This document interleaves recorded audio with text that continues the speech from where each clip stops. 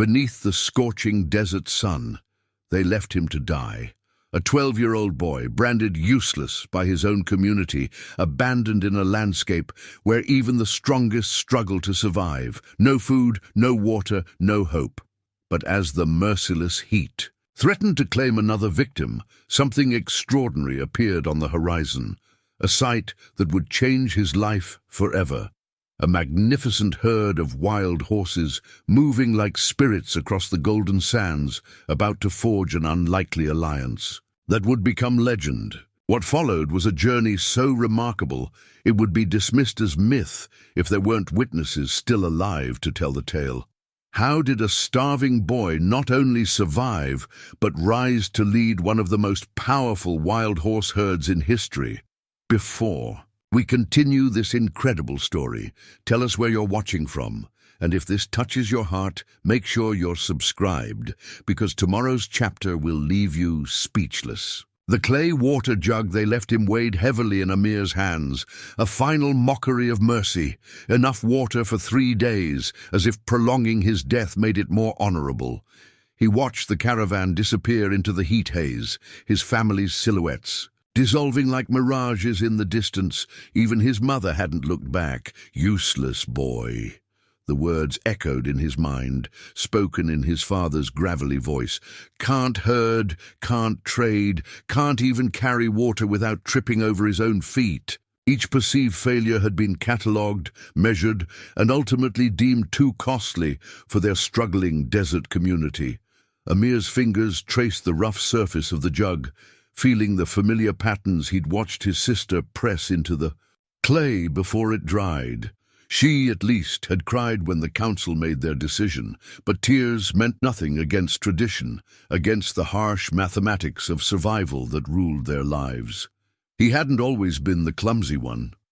Before the fever 2 summers ago, he'd been quick and sure-footed as any child in the village. The sickness had left him with a slight tremor in his hands and an occasional stutter that made him the target of mockery. In a community where every drop of water and morsel of food had to be earned, his newfound awkwardness became an unforgivable burden. The sun climbed higher, and Amir forced himself to move. Standing still meant death in the desert. This much he knew. His feet made shallow impressions in the sand as he walked, each step carrying him further from everything he'd ever known. The water sloshed gently in the jug, a constant reminder of time slipping away. He walked until the sun touched the horizon, his shadow stretching long and thin across the dunes. The tremor in his hands was worse now, exhaustion making his muscles quiver. Still, he didn't stop. In the growing dark, he thought of the stories his grandmother used to tell before she, too, was deemed too burdensome to keep. Tales of desert, spirits and ancient wisdom of those who learned to speak the language of the wind and sand. The desert, she would say, her blind eyes turned toward some distant point. She takes, yes, but she also gives to those who learn to listen. He dismissed these as the ramblings of an old woman then. Now they were all he had to hold on to. Night fell like a heavy blanket, bringing with it a bone-deep cold that made Amir's teeth chatter. He found shelter in the lee of a dune, wrapping his thin robe tightly around himself. The stars above were brilliant, uncounted diamonds scattered across black silk. He allowed himself a single, precious sip of water. Tomorrow, he would need to find food. Tomorrow, he would need to prove himself either worthy of survival or accept the fate his community had chosen for him. But tonight, curled against the sand that still held traces of the day's warmth, Amir did something he hadn't done since the fever took his strength. He dreamed of a future where being different didn't mean being useless. In the distance, carried on the night wind, came a sound he couldn't quite identify. Not the howl of wolves or the cry of nightbirds, but something else, something that made his heart beat a little faster with recognition, though he'd never heard it before. Dawn painted the desert in shades of rose and gold, waking Amir from fitful dreams. His body ached from sleeping on the hard ground, and a fine coating of sand covered every inch of his skin. The broken compass he'd found in his robe pocket Another cruel joke from the village boys caught the early light, its cracked face reflecting his own fractured reality. Standing made his head swim. He'd been too afraid to drink much water during the night, and now thirst clawed at his throat. Another tiny sip from the jug. He couldn't stop his hands from shaking, spilling precious drops onto the sand. The sight of wasted water brought tears to his eyes, but he blinked them away. Tears were just another way to lose moisture. His grandmother's voice came to him again. "Watch the beetles in the morning, child. They know where water hides." He'd never paid much attention before, but now he noticed them. Small black forms, moving purposefully across the sand. They seemed to be heading in the same direction, toward a cluster of rocks in the distance. Following the beetles meant walking away from the last signs of his people's passage. But Amir had no choice. The sun was already beginning to show its teeth, and he needed to find shelter before it reached its full strength. His steps were unsteady at first, but as he walked, he found a rhythm that helped control the tremor in his legs. The rock cluster was further than it looked. Everything in the desert was. By the time he reached it, sweat had soaked through his robe despite the morning cool, but his grandmother's wisdom proved true. In the shadow of the largest rock, moisture had condensed overnight. Not much, but enough to dampen the sand. Amir remembered another lesson and pulled off his outer robe, laying it carefully over the damp patch. The fabric would collect the moisture, giving him a few extra precious drops. While waiting for the fabric to do its work, he explored the rocks. In a narrow crevice, he found what the beetles had been seeking, a small colony of desert plants, their thick leaves storing water. His hands shook as he carefully broke off a leaf, but this time it didn't matter. The bitter juice was the sweetest thing he'd ever tasted. As the sun climbed higher, Amir created a small shelter, wedging his robe between rocks to make shade. The physical work was difficult with his unsteady hands, and twice he had to rebuild when the structure collapsed. But with each attempt he learned how to brace the fabric better, how to use smaller stones to secure the edges. In the relative cool of his shelter, Amir found his mind clearing. He wasn't just surviving, he was thinking, planning. The desert plants could be gathered and stored. The beetles would show him where to find more. If he could move from shelter to shelter in the early mornings and late evenings, a sound interrupted his thoughts. The same strange noise he'd heard the night before, clearer now. A rhythmic drumming, like distant thunder, but steady and growing closer. Amir's heart began to race. No one from his tribe would be traveling at this time of day. Bandits wouldn't waste energy in the heat either. Cautiously, he peered out from his shelter. The sight made him forget to breathe. Against the shimmering horizon, dark shapes moved with fluid grace. They appeared and disappeared like spirits, their forms distorted by the heat waves rising from the sand. But as they drew closer, their shapes became clearer, proud heads held high, manes flowing like banners in the wind, hooves striking, the earth in that thunderous rhythm, horses, wild horses moving like water across the desert. Amir had heard stories of them but had never seen them himself. His people believed them to be little more than myths, or at best creatures that kept to the distant mountains. Yet here they were, drawing closer to his hiding place with each powerful stride. As he watched, transfixed, the smallest tremor of hope stirred in his chest. Perhaps the desert wasn't just taking after all. Perhaps, as his grandmother had said, it was also giving. The horses moved like a river of muscle and grace, their coats gleaming golden and brown under the desert sun. Amir pressed himself deeper into the shadow of his shelter, heart pounding against his ribs. He'd never seen anything so magnificent, or so terrifying.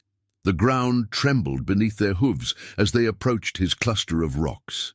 Leading the herd was a mare the color of storm clouds, her mane whipping in the hot wind like threads of smoke. She moved with the authority of years, each step precise and measured.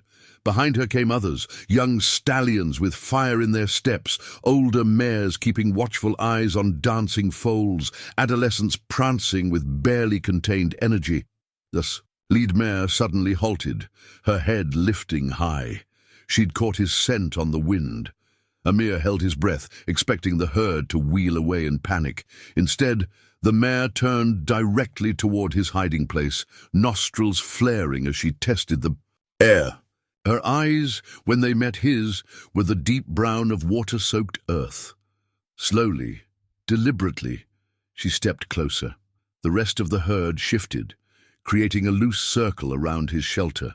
Amir remained frozen, remembering his grandmother's words about desert creatures. Move suddenly and you're a predator. Move slowly and you might become family. His hands were trembling worse than ever as he slowly emerged from the shade, keeping his movements fluid despite his fear. The mare watched him with ancient wisdom in her gaze. When he was fully in the open, she did something extraordinary. She lowered her head, blowing soft breath across his face. The gesture brought tears to Amir's eyes. It was a greeting, an acknowledgement, not of weakness or uselessness, but of presence, of being. His shaking fingers found a coarse strand of her mane, and without thinking, he wove it into a small bracelet around his wrist. The mare stood perfectly, still allowing this liberty as if she understood its importance. Other horses began to approach, curiosity overcoming caution. A young foal, dappled like morning shadows, actually bumped against Amir's back, making him stumble.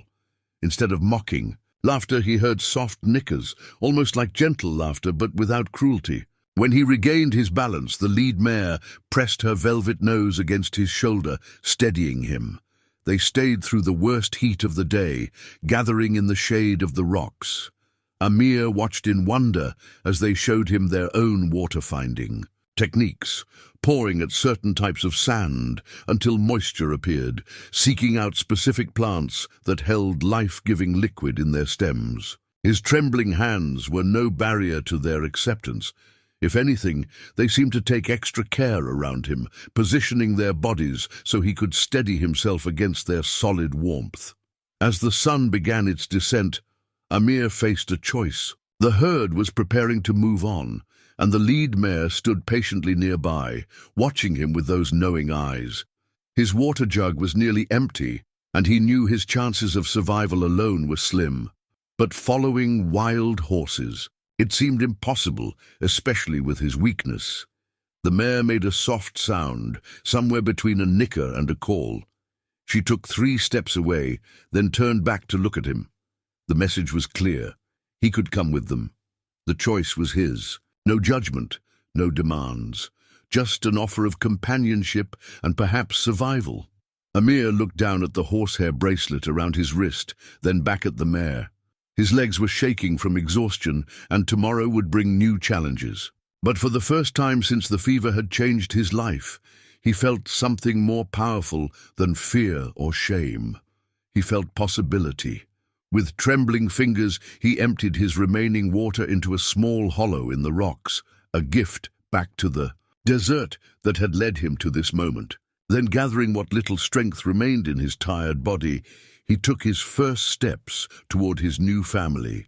The mare waited patiently, and when he reached her side, she merely turned and began walking, matching her pace to his uncertain steps. Behind them, the herd moved like a protective wave, their bodies shielding him from the worst of the wind. Above, the first stars were appearing in the darkening sky. Amir thought of his grandmother's stories again, understanding for the first time that perhaps they weren't just stories after all. Sometimes the desert did more than take. Sometimes, if you were brave enough to listen, it showed you a new way to belong. Dawn found Amir, curled between 2 young mares, their bodies sheltering him from the night's chill.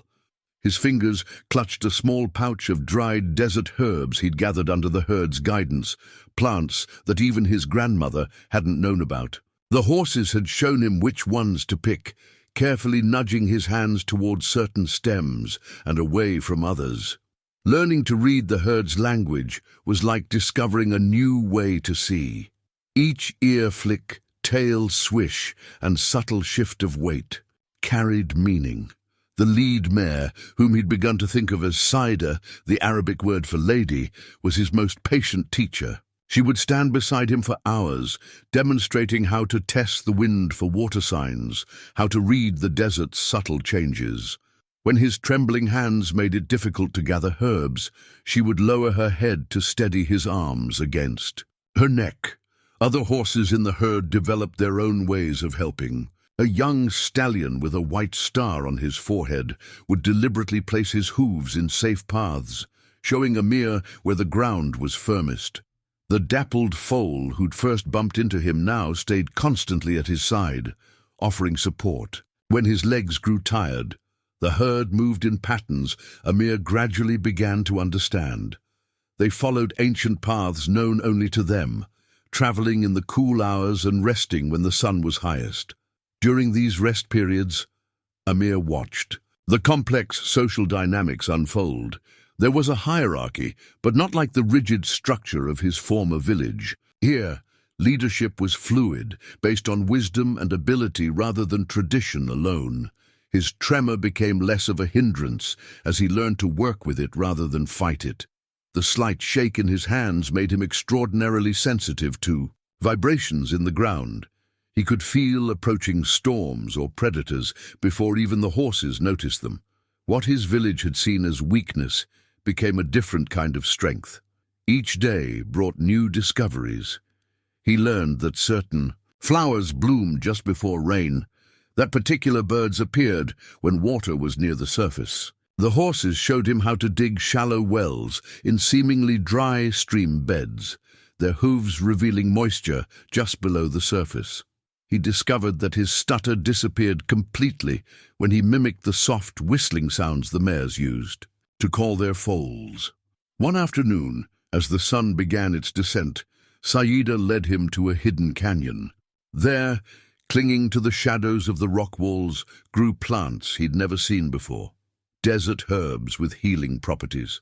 She watched carefully as his shaking hands gathered the precious leaves, and for the first time, he understood that the herd wasn't just helping him survive, they were teaching him to thrive. That evening, as the herd settled for the night, Amir sat treating a young mare's scratched leg with a poultice made from his gathered herbs. His hands still trembled, but now they moved with purpose, with knowledge. The mare stood perfectly still, trusting him completely. Around them, the other horses grazed peacefully, their bodies forming a protective circle that was becoming as familiar as his old village's walls. Looking up at the star-filled sky, Amir realized something that brought tears to his eyes. He hadn't stuttered once all day.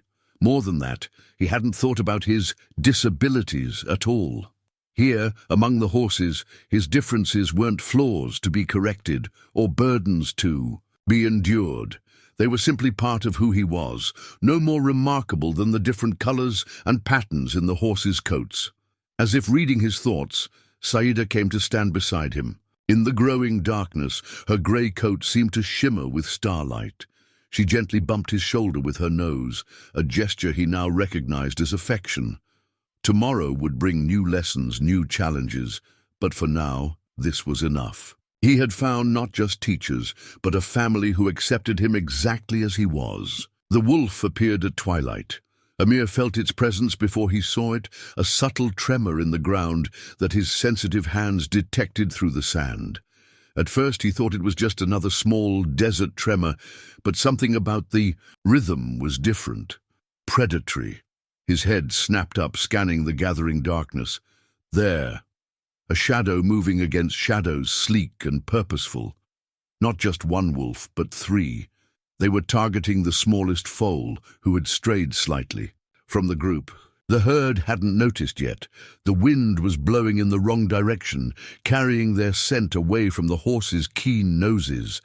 Amir's hands shook violently as fear coursed through him, but the tremors told him exactly where each wolf was positioning itself. Without thinking, he whistled the sharp warning call he'd learned from the mares. The herd responded instantly, the adults forming a protective circle around the young while Saida moved to challenge the threat. But the wolves had hunted horses before. They split up, trying to break the herd's formation. One wolf darted forward, snapping at a mare's legs. Another circled wide, looking for an opening.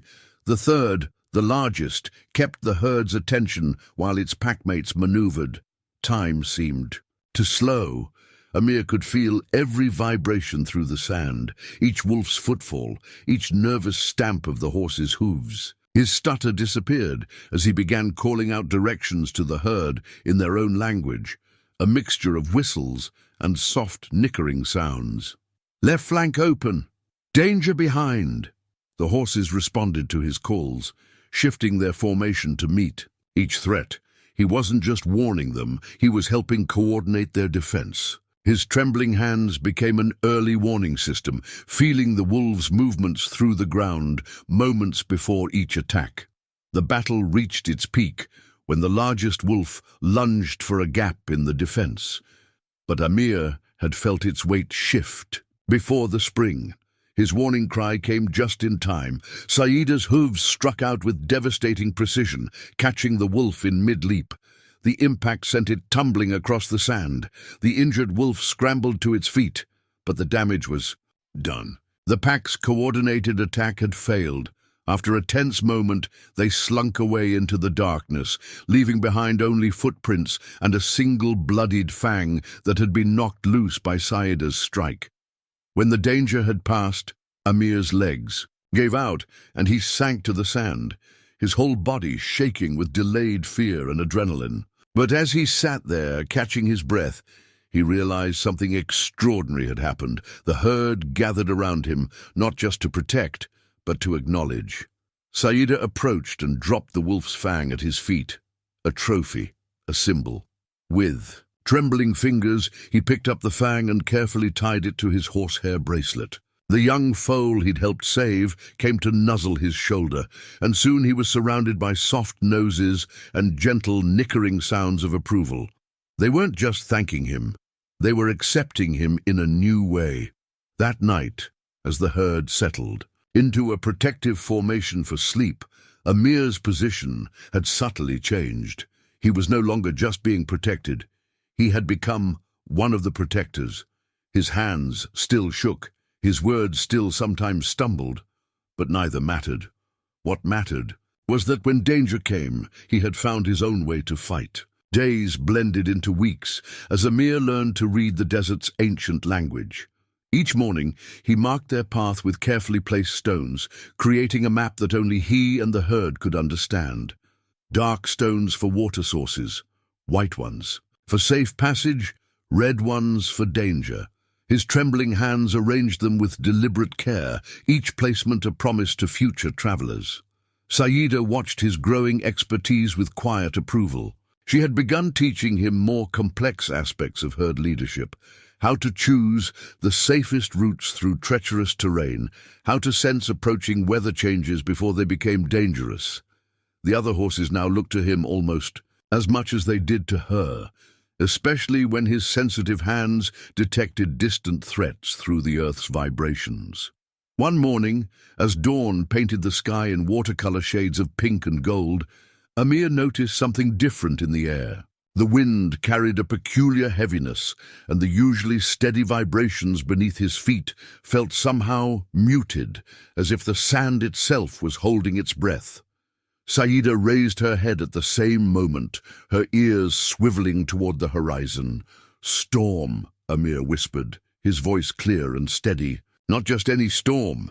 This was different from the usual dust devils that danced across the dunes. His hands could feel it in the ground, a distant rumbling that spoke of rare desert rain. If they moved quickly, they could reach the hidden canyon. He'd been saving for such a moment. He whistled the signal to move, and the herd responded immediately. Even the older stallions, usually more independent, fell into formation without hesitation. They trusted his judgment now, just as they trusted Saida's.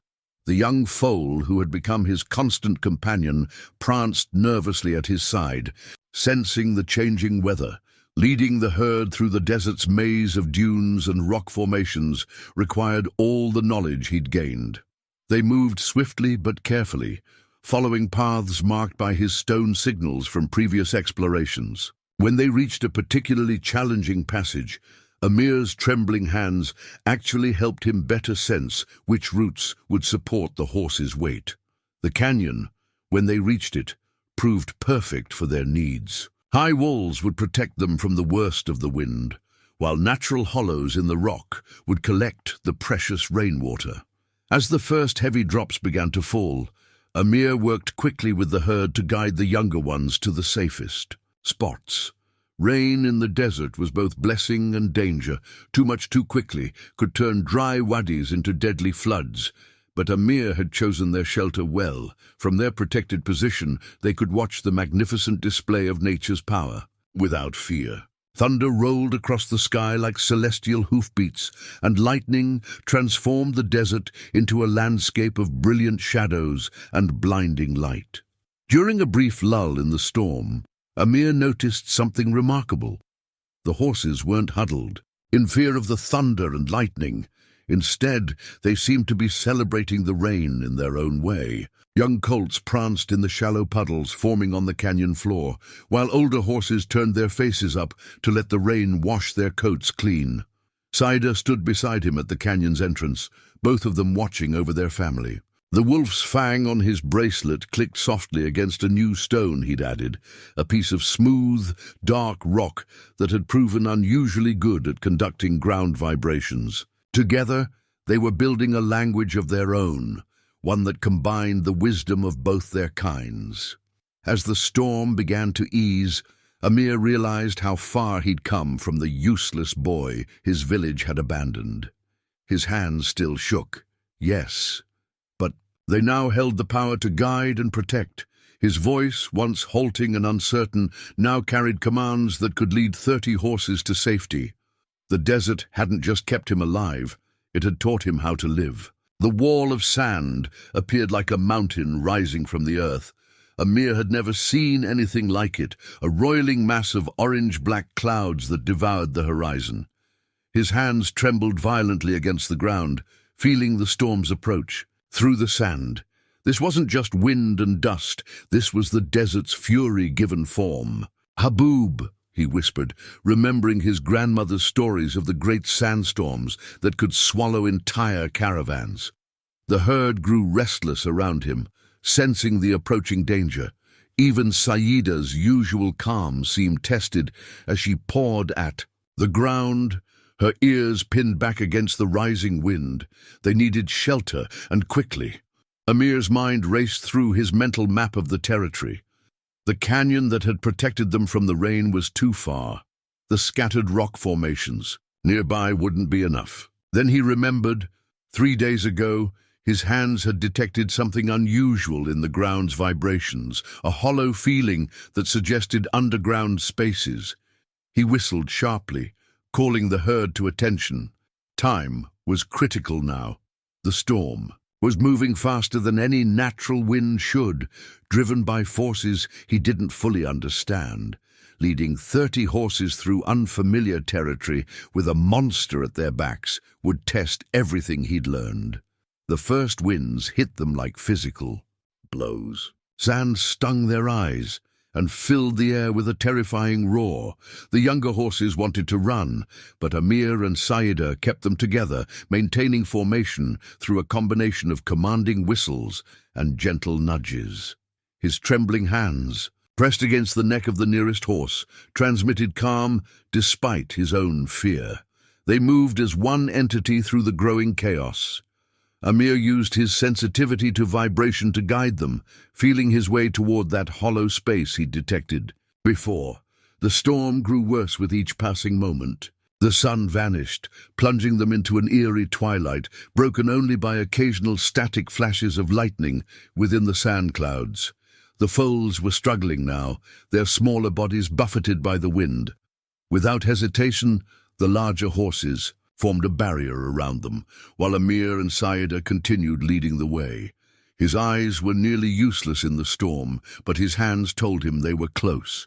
The vibrations through the ground were changing, becoming more resonant. Then he found it. A dark opening in a low cliff face, barely visible through the swirling sand. The entrance was narrow, but it opened into a larger space beyond. Amir had never been so grateful for his small size as he slipped inside to check the stability. His hands read the rock walls like a book, feeling for dangerous cracks or signs of weakness. The cave was sound and larger than he'd hoped. One by one, he and Saida guided the herd inside. The younger ones first, then the mothers, followed by the rest. The storm raged outside like a living thing trying to reach them, but the cave held strong. In the darkness, Amir moved among the horses, checking for injuries. His sensitive fingers found cuts and scrapes from the flying sand, which he treated with herbs from his medicine pouch. The wolf's fang on his bracelet clinked against stone as he worked, a reminder of other dangers they'd faced together. Hours passed. The storm's voice rose and fell like waves against their shelter. The horses remained remarkably calm, trusting in the safety of their refuge. Several of the younger ones even dozed off, their breathing adding a gentle counterpoint to the storm's fury. Amir sat with his back against the cave wall, Saida's solid warmth beside him. In the dark, he could feel the vibrations of the storm. Through the rock, nature's raw power seeking entry, but finding none. His hands shook not from fear now, but from the sheer energy coursing through the earth. A piece of lightning-struck wood he'd collected earlier proved useful as a torch, allowing him to examine their shelter more closely. The cave walls held ancient marks, grooves and scratches that suggested other horses had sheltered here during past storms.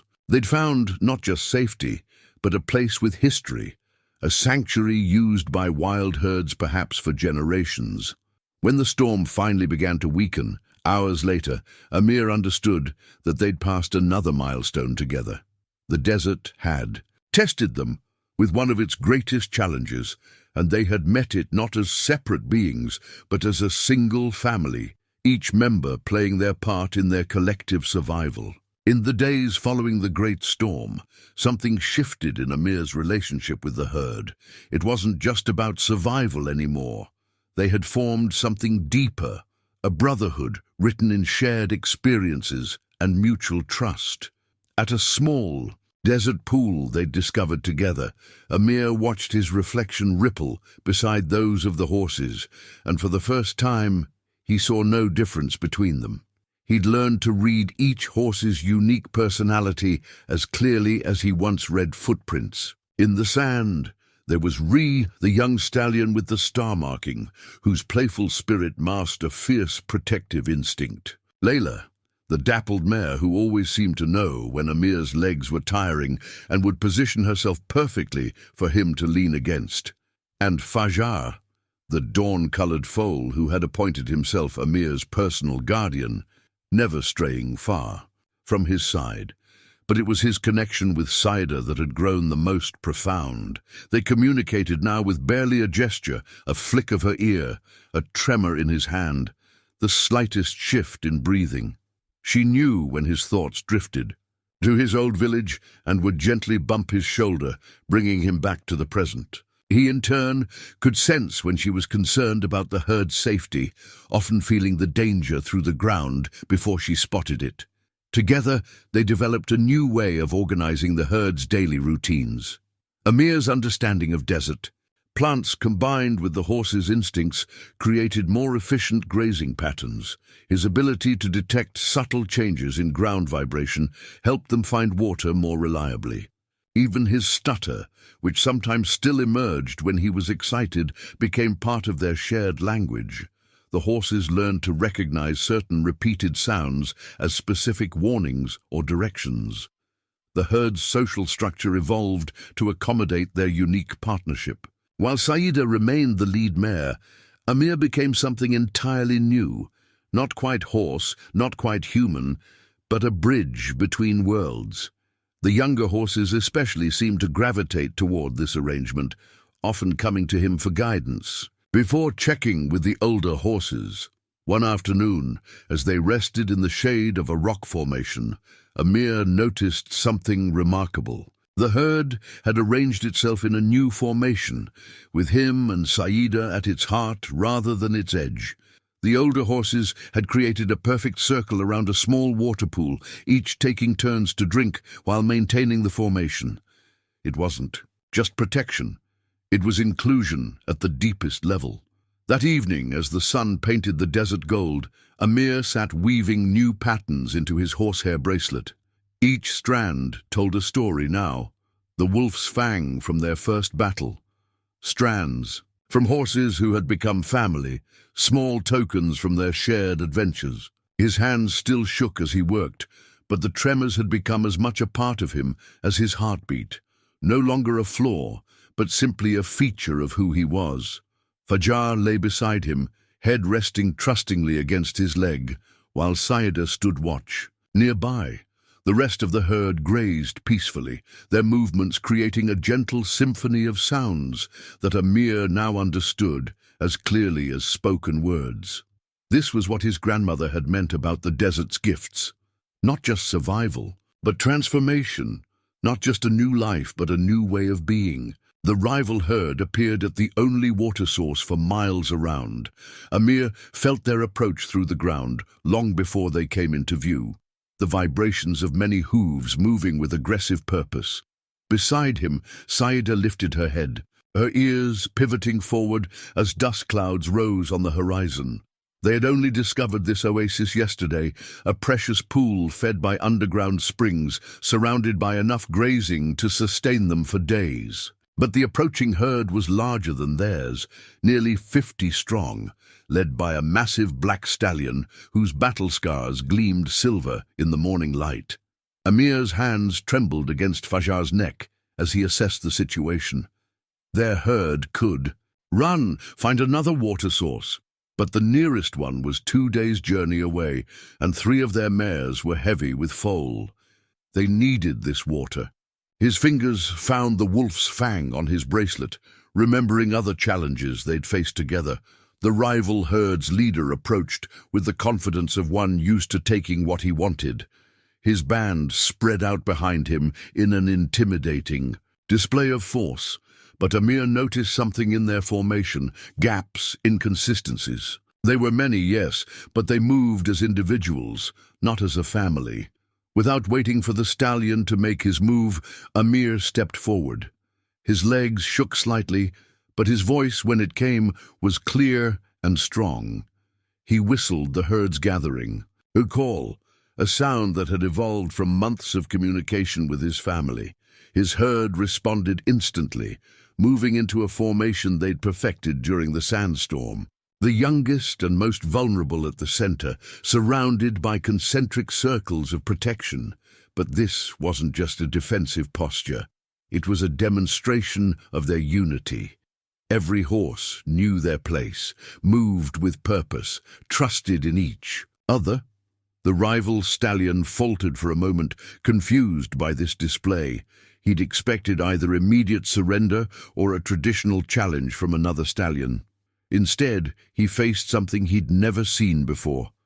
A human boy and a grey mare moving as one, leading a herd that behaved like a single organism. Amir felt a scar on his palm stretch as he made the next series of signals. On his command, the herd began to move in a complex pattern he discovered they could execute perfectly. It looked like a dance, but served to demonstrate their control of the space around the water source. His sensitivity to vibration helped him coordinate their movements with precision that seemed almost supernatural. The rival herd's formation began to waver. Some of the younger horses at its edges were already drifting closer, fascinated by the display of coordination and community. They were witnessing. The black stallion stamped and snorted, trying to maintain his authority, but the power dynamic had shifted. Then Amir did something unexpected. He walked slowly to the water's edge and knelt, cupping his shaking hands to drink. Behind him, his herd maintained their formation, protecting him while he made himself vulnerable. It was a gesture that said more than any show of force could. This was their water, They belonged here, and they were unafraid. After a tense moment, Saida moved to stand beside him, then Fajar, then others, each approaching the water with calm confidence while maintaining their protective formation. The message was clear. They would share this resource, but they would not be driven away. The rival stallion's next move would become part of the desert's legend. Slowly, regally, he lowered his head, not in submission but in recognition. His herd, sensing the change, began to relax. Some of the younger ones even attempted to mirror the disciplined movements they'd witnessed. That evening, both herds shared the oasis. The rival stallion's band began to learn from Amir's family, seeing the advantages of their coordinated approach to survival. The black stallion himself spent long moments observing how Amir and Saida worked together, perhaps recognizing that true strength lay in unity rather than dominance. The scar this encounter left on Amir wasn't physical. It was a mark of growth, of understanding that leadership wasn't about size or force. It was about creating something worth following. His trembling hands had become symbols not of weakness, but of a different kind of power. The power to bring together, to guide, to transform. Dawn painted the sky in shades of hope when Amir's trembling hands first detected the underground water. The vibrations were different here, deeper, more resonant, suggesting something vast beneath the surface. A rare desert flower, its petals, the color of sunset, grew in a pattern he'd never seen before, forming a natural arrow pointing toward a narrow canyon. Saida noticed his excitement and moved closer, her ears pricked forward with interest. The rest of the herd, including several members of the former rival band who had chosen to stay with them, gathered around. Even the black stallion, who they now called Malik, seemed to sense the importance of the moment. The canyon entrance was easy to miss, a thin crack in the rock face that seemed to lead nowhere. But Amir had learned to trust the desert's subtle signs. He whistled softly, signaling for the herd to follow in single file. His hands brushed the canyon walls as they walked, reading the stone like a familiar text.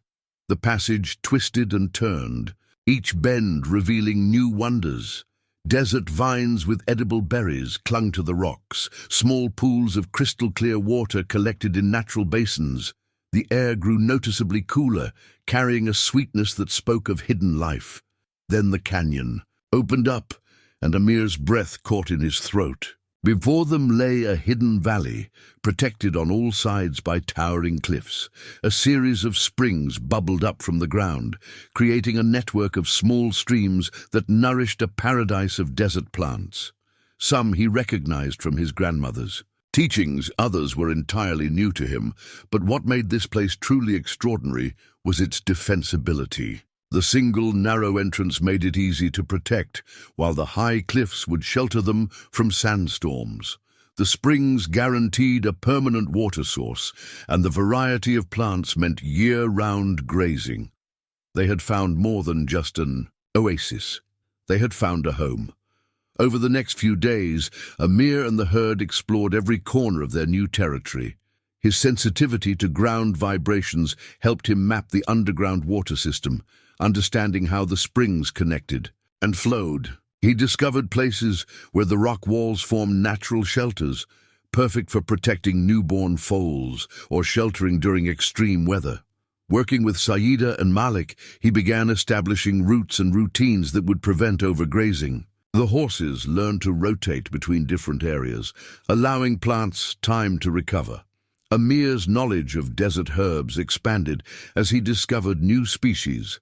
Some with healing properties he carefully documented by arranging small stones in patterns that told their stories.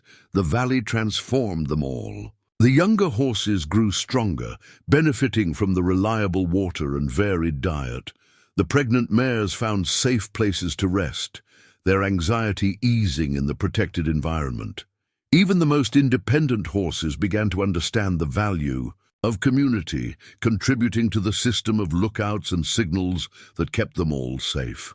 One evening, as Amir sat weaving a new kind of carrier for his healing herbs, he found a flower unlike any he'd seen before. Its petals seemed to glow in the dying light, and its scent reminded him of his grandmother's stories about desert magic.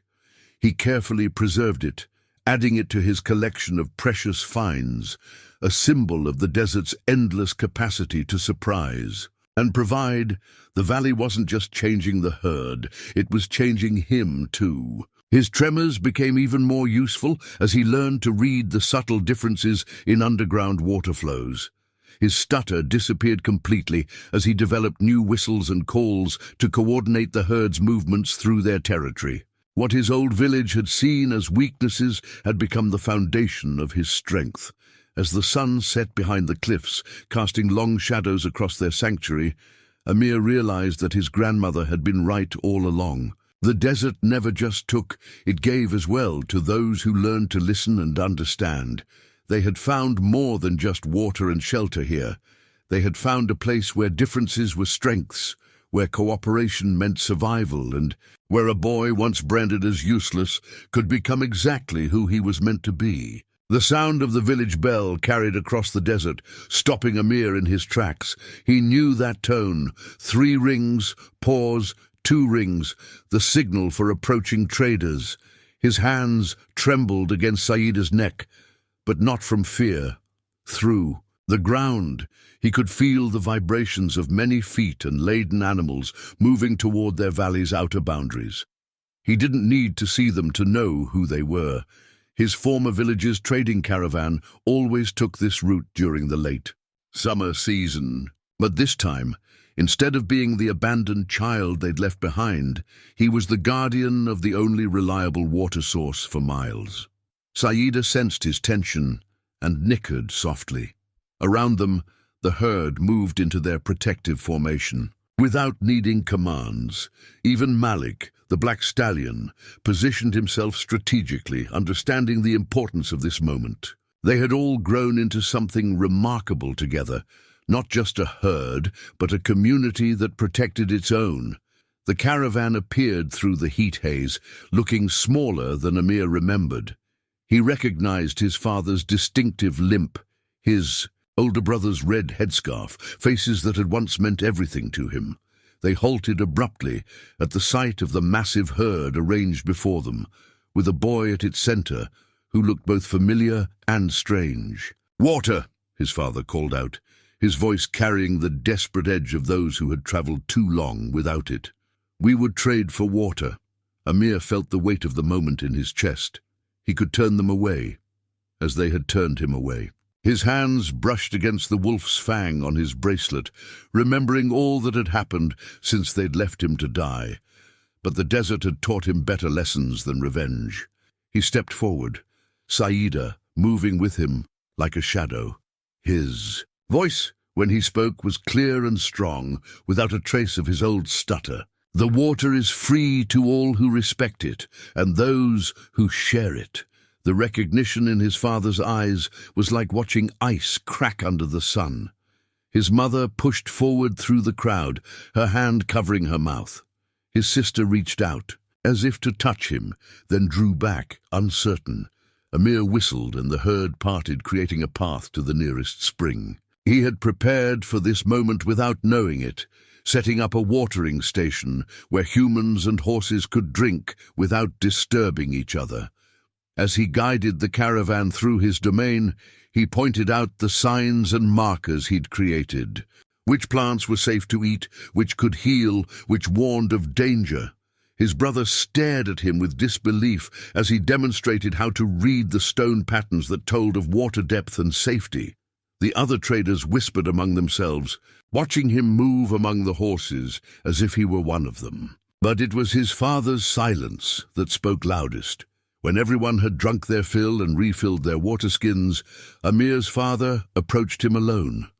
The proud man he remembered seemed somehow diminished, aged by more than just the passing of seasons. "We believed we were being merciful," he said, his voice rough with emotion. "A quick death instead of a slow one. We were wrong." Amir looked at his father, really looked at him, and saw not the terrifying figure of his childhood, but a man who had made choices based on fear and limited understanding. The desert had taught him that true strength lay in forgiveness, not in holding on to past hurts. "The desert gives as much as it takes," Amir said, echoing his grandmother's words. "But you have to learn to listen." He reached into his herb pouch and pulled out several precious seeds from the valley's rare plants. "Plant these near the village well. They'll show you when the water table is high enough to dig." His mother began to cry, the sound carrying strangely. In the desert air, his sister moved forward and this time didn't stop, throwing her arms around him. He hugged her back, feeling the years of separation dissolve like morning mist under the sun. As the caravan prepared to leave, loaded now with water and knowledge instead of just goods for trade, Amir watched them with new eyes. He had feared this moment for so long, but now he understood. He hadn't just survived their abandonment, he had grown beyond it. The boy they had left behind no longer existed. In his place stood someone who had learned the desert's deepest lesson, that from the harshest circumstances could come the greatest gifts. Words spread across the desert like windblown seeds, stories of a boy who spoke the language of horses, who could read water in the earth, who welcomed travelers with wisdom instead of weapons. They came first in ones and twos, outcasts, wanderers, those who had been branded as different by their own people. Amir recognized himself in each of them. The girl with a twisted foot who could predict storms by the ache in her bones. The old man cast out for his failing eyesight who could identify hundreds of plants by touch and smell. The young boy who couldn't speak but could whistle like a desert bird. Each brought their own gifts, their own ways of reading the world. In the cool shadows of the canyon walls, Amir began teaching what he had learned. His hands, still trembling, guided others to feel the vibrations in the earth. He showed them how to arrange stones to mark safe paths, how to recognize the signs of underground water, how to work with the horses instead of trying to dominate them. The cave walls became their library. Using natural pigments, they recorded their growing knowledge in pictures and symbols. Amir's original stone patterns evolved into a more complex language, one that could tell stories of seasonal changes, migration routes, and the healing properties of plants. The horses watched these lessons with interest, sometimes adding their own knowledge by leading students to new discoveries. Saida proved to be as gifted a teacher as Amir. She showed remarkable patience with newcomers, demonstrating again and again how to approach horses with respect rather than fear. Malik, too, played his part, teaching through example how strength could be used to protect rather than intimidate. Some days, Amir would lead his students into the desert, showing them how to read the landscape as his grandmother had once taught him. "The desert," he would tell them, "speaks in many voices. Some hear it in the wind, others in the movement of sand. Some, like me, feel it through their hands, but everyone can learn to listen." The herd grew not just in numbers, but in purpose. Horses that had once been rivals became teachers themselves, helping newcomers understand the complex social dynamics of the herd. Young foals born in the valley grew up knowing both human and horse ways, creating a new kind of community. One evening, as Amir added new marks to their cave wall chronicle, he found himself teaching a young girl how to mix healing poultices. Her hands shook like his, and tears of frustration rolled down her face as she struggled to hold the grinding stone steady. But when he showed her how to use the tremors to better mix the herbs, her eyes lit up with understanding. "In my village," she said, "they called this a curse." She held up her trembling hands. "But here," Amir finished for her, "we know better. Every difference is a gift if you learn how to use it." That night, as the stars emerged above the valley, Amir sat with Saida and watched their expanded family. Humans and horses shared the space naturally now, each respecting the other's ways. The cave walls glowed faintly with their recorded wisdom, a growing testament to what was possible when people looked past surface differences to see the gifts beneath. His grandmother's stories had come full circle. She had taught him that the desert gives as much as it takes, but now he understood an even deeper truth, that sometimes what seems like the desert's greatest challenge is actually its most precious gift. His trembling hands, once a source of shame, had led him to this moment, to this place, to this purpose. The drought came like a slow-burning fire, consuming the desert one day at a time.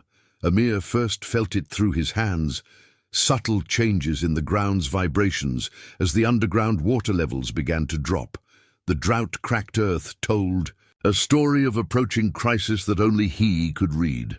Each morning, he checked the springs that fed their valley. Each morning, they ran a little lower. The rare desert flowers that had become their calendar were blooming too early, too desperately.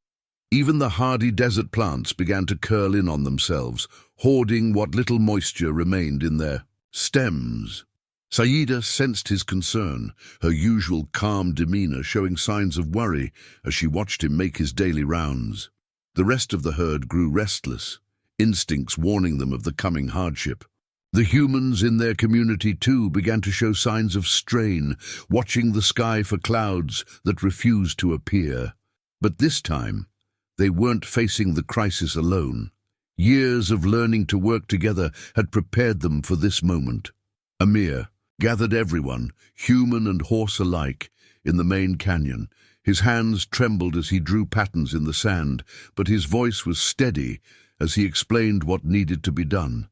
The young girl with the storm-sensing feet helped identify which parts of the valley would dry up first. The old man, with his knowledge of plants, showed them which ones could be harvested and stored without killing the roots. The silent boy who could whistle like birds became their early warning system for approaching dust storms. Working together, they began implementing emergency measures they'd prepared but never had to use. Deeper wells were dug in locations Amir had marked during better times. The horses, understanding the gravity of the situation, organized themselves into teams, using their strength to help move earth and rock where needed. But their greatest challenge came when other groups began arriving at the valley, drawn by rumors of their water source. Desperate people with thirsty animals, their own water sources having dried up completely. The valley's resources were already strained. Turning them away meant condemning them to death, but accepting them all might doom everyone. Amir spent a night in deep thought, his hands pressed against the earth, feeling the remaining water flowing beneath them. The next morning, he gathered the community again. "The desert," he said, "taught me that survival isn't about hoarding resources. It's about sharing knowledge." Instead of simply providing water, they began teaching the newcomers everything they'd learned: how to read the signs of underground water, how to harvest moisture from certain plants without destroying them, how to work with horses to cover more ground in the search for resources. The drought worsened, but their community grew stronger. Every new arrival brought their own knowledge, their own skills. A trader taught them how to create better water storage systems.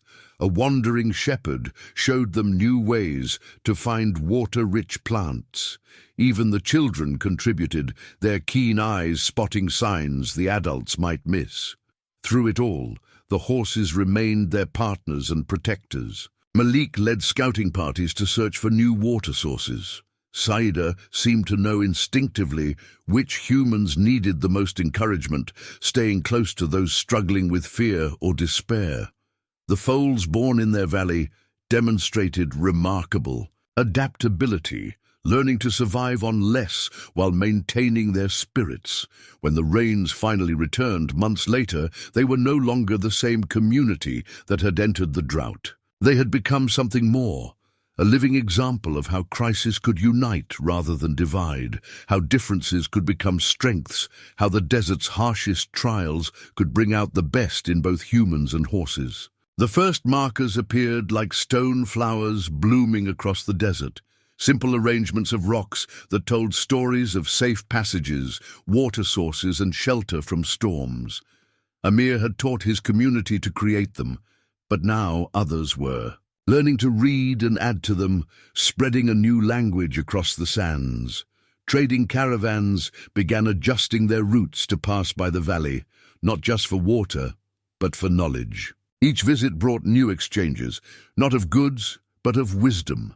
Amir's hands still trembled as he demonstrated how to feel the earth's vibrations, but now he understood that his tremors allowed him to teach this skill in a way others could grasp.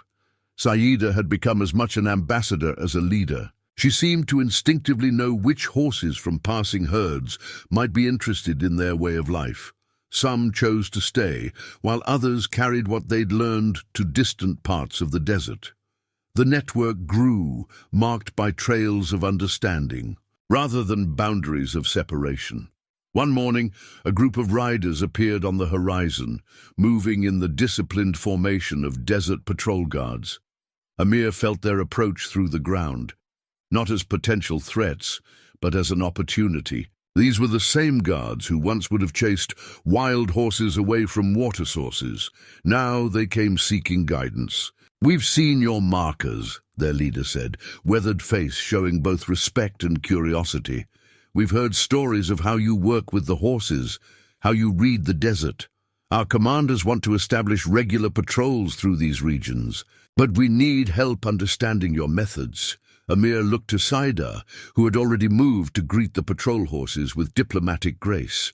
The animals sensed something different here, humans and horses working as equals, not master and mount. Their riders noticed their horses' unusual behavior, the way they seemed drawn to this new way of being. Over the next few days, Amir and his community shared their knowledge.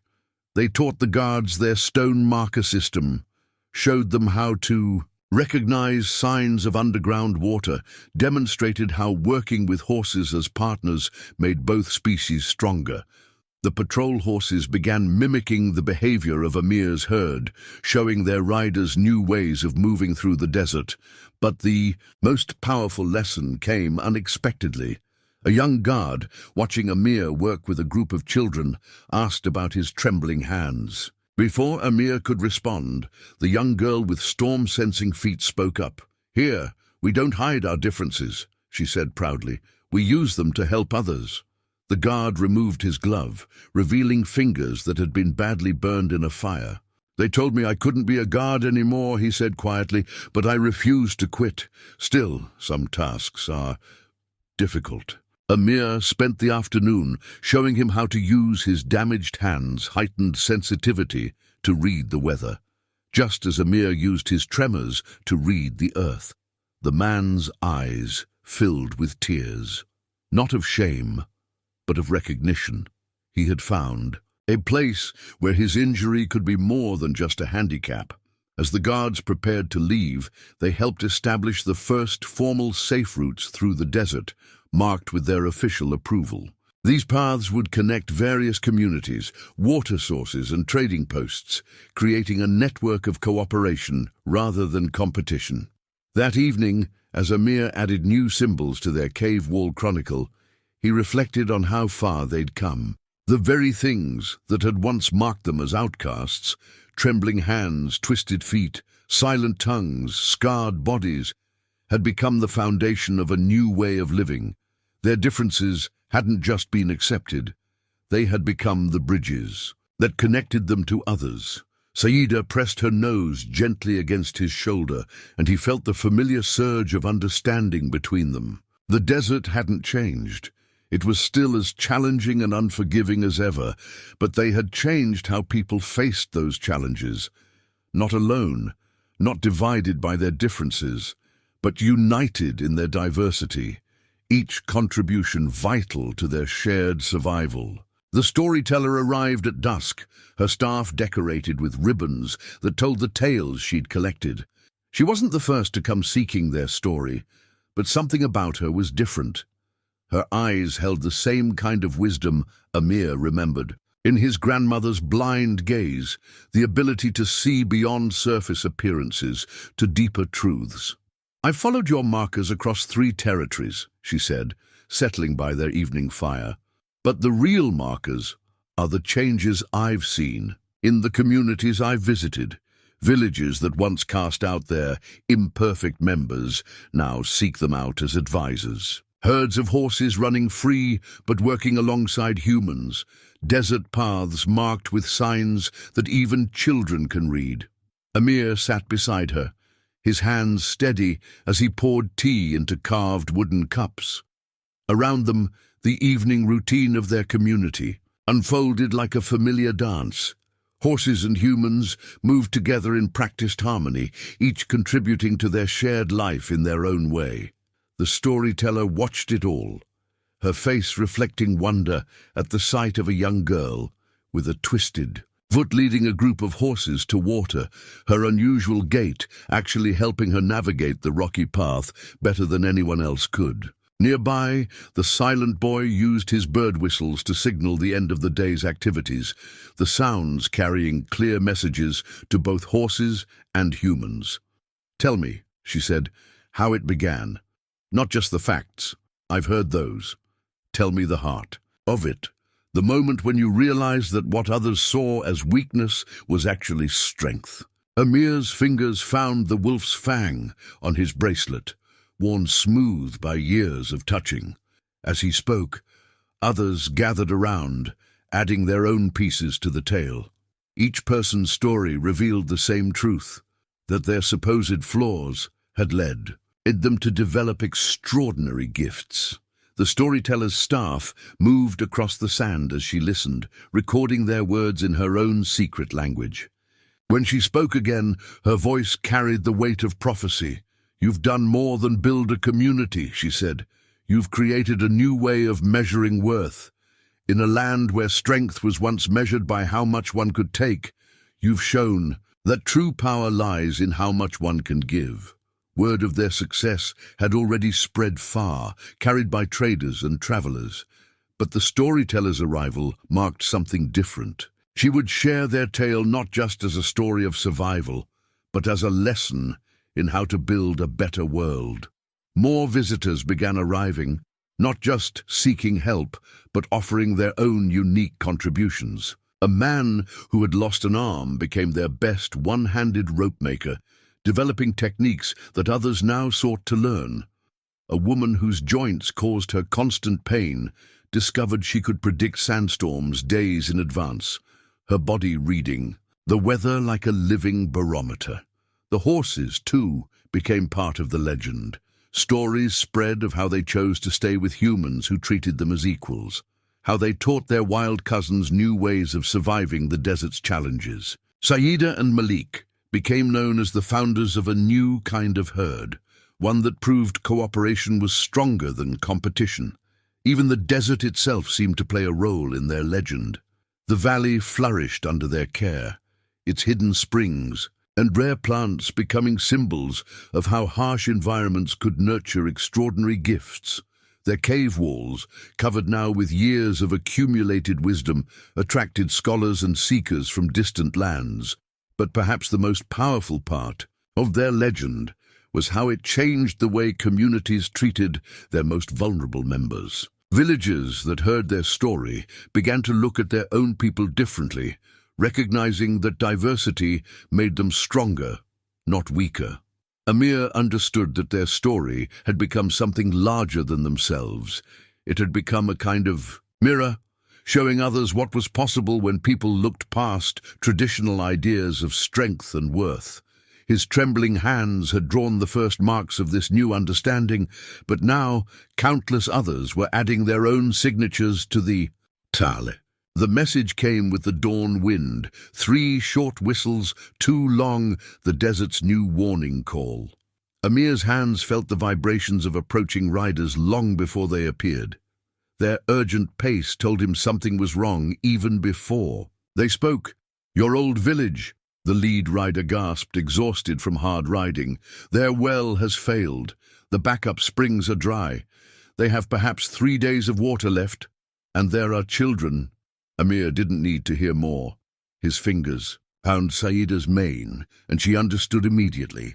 Around them the herd began to gather, sensing the importance of the moment. Even as his mind raced through calculations of distance and water needs, His body remembered every step of the path to his birthplace. He chose his team quickly, the strongest horses, the most experienced waterfinders, and those whose unique gifts might prove useful.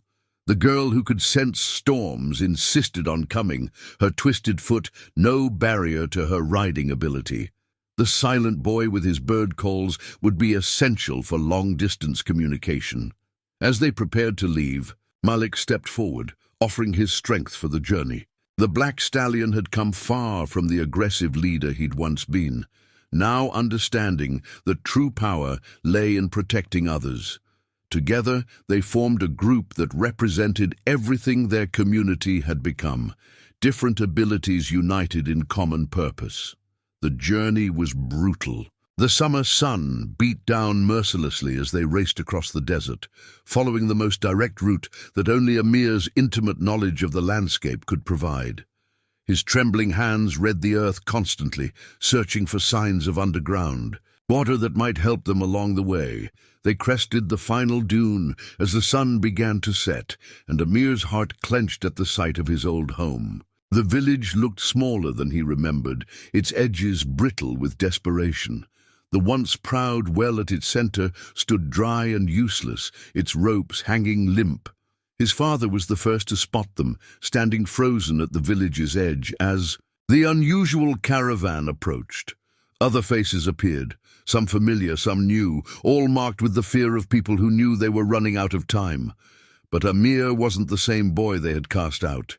He sat tall on Saeda's back, his hands steady despite their tremors as he raised them in greeting. When he spoke, his voice carried the authority of one who had learned to turn pain into wisdom. "The water still flows," he announced, "but deep beneath the surface. You've been digging in the wrong places." Over the next hours, he demonstrated what the desert had taught him. His sensitive hands mapped the underground water channels, showing them where the well should have been placed. The girl who read storms in her bones warned them about flow patterns they'd never considered. The silent boy's bird calls coordinated. The efforts of humans and horses working together to dig a new well. As water finally burst forth from the earth, Amir saw tears in his father's eyes. But they weren't tears of shame or regret. They were tears of understanding. The village had cast out what they thought was weakness, only to have it return as strength they desperately needed. The horses worked tirelessly alongside the villagers, showing by example how cooperation could accomplish what force could not. Children who had once mocked difference now watched in awe, as each member of Amir's team contributed their unique gifts to the village's salvation. That evening, as the village celebrated around their new well, Amir's old teacher approached him. "We teach our children to be strong," the old man said, "but we never taught them what strength really means. Will you show us?" Amir looked around at the village that had once rejected him. He saw familiar faces now marked with new wisdom, saw children watching the horses with wonder instead of fear, saw his father speaking earnestly with the girl whose twisted foot had helped save them all. "The desert," he said, echoing his grandmother's words, "teaches us that true strength lies not in what we can do alone, but in what we can do together. Every difference is a gift if we learn to use it wisely." Years passed like wind over sand, each season adding new layers to their story. Amir stood at the entrance of their valley, a small glass vial of golden sand hanging beside the wolf's fang on his bracelet, his hands still trembling after all. This time, traced patterns in the air as he watched the next generation at work. Children born in the valley grew up knowing no distinction between human and horse, between what others called disability and what they recognized as gift. They learned to read the desert's signs as naturally as they learned to walk, some with limps, some with shakes, some in silence, each finding their own way to contribute. The markers they'd created had evolved into a complex network of communication, stretching across the desert. Traders called them the speaking stones, and their presence had transformed the harsh landscape into a web of connected communities. No one traveled alone anymore. The desert had taught them all that survival meant working together. Saida, her mane now streaked with silver, still moved with the grace that had first captured Amir's heart. She had become more than just a lead mare. She was a living legend, the mother of a new kind of herd. Her descendants carried her wisdom in their blood, creating bonds with humans that went beyond mere partnership. Malik, too, had grown into his role as protector and teacher. The fierce black stallion now spent his days helping young horses understand the delicate balance between strength and gentleness. His own foals inherited his impressive bearing, but displayed a natural inclination toward cooperation rather than competition. The valley itself had flourished beyond anyone's expectations. What began as a hidden sanctuary had become a center of learning, where people from across the desert came to study their methods. The cave walls, covered with years of accumulated knowledge, had been supplemented by new teaching spaces where everyone could share their unique perspectives. Amir's original village had become one of their strongest allies, transforming itself into a model for others to follow. Where they once cast out those they deemed weak, they now actively sought out people with different abilities, understanding that diversity made them stronger. The well he had helped them dig had become a gathering place where stories were shared and wisdom passed on. But perhaps the most profound change was in how the desert itself was viewed. No longer just a harsh environment to be endured, it had become a teacher for those willing to listen. Every challenge it presented was an opportunity to learn, every hardship a chance to grow stronger together. On this particular morning, Amir watched a new group arrive at the valley. Among them was a young girl with hands that shook just like his. In another time, another place, she might have been cast out, but here she was greeted with joy, her tremors recognized as a gift that would help her feel the desert's subtle voices. "The earth speaks to us in many ways," he told her, sharing the wisdom that had taken him a lifetime to learn. "Some hear it in the wind, some see it in the clouds, some feel it in their bones. Your hands," he added, showing her his own trembling fingers, "they're not shaking, they're listening." As if to confirm his words, Saida approached them, greeting the girl with the gentle wisdom of years. The young girl's eyes widened as she placed her trembling hands on the mare's neck, feeling for the first time how her sensitivity could become strength. Around them, the daily life of their community continued, horses and humans working together, each contributing their unique gifts to their shared survival. The desert wind carried the sounds of their activity, the silent boy's bird calls directing a group on the far side of the valley, the distinctive gait of the girl with the twisted foot leading a water-finding expedition, the clear voice of a former stutterer teaching others to read the speaking stones. Looking out over all they had built together, Amir understood that their story had become part of the desert itself. Like the rare flowers that bloomed after rain, it proved that the most precious gifts often came from the harshest circumstances. His trembling hands had drawn the first marks of this new understanding, but countless others had added their own signatures to the tale. The desert, as his grandmother had promised, had given as much as it had taken. In its vast, unforgiving embrace, they had found not just survival, but a way to thrive. Their differences, once seen as weaknesses, had become the very things that made their community strong. This was the real treasure of the desert's heart. The understanding that every person, every creature, every unique way of being had its own vital role to play in the great dance of survival.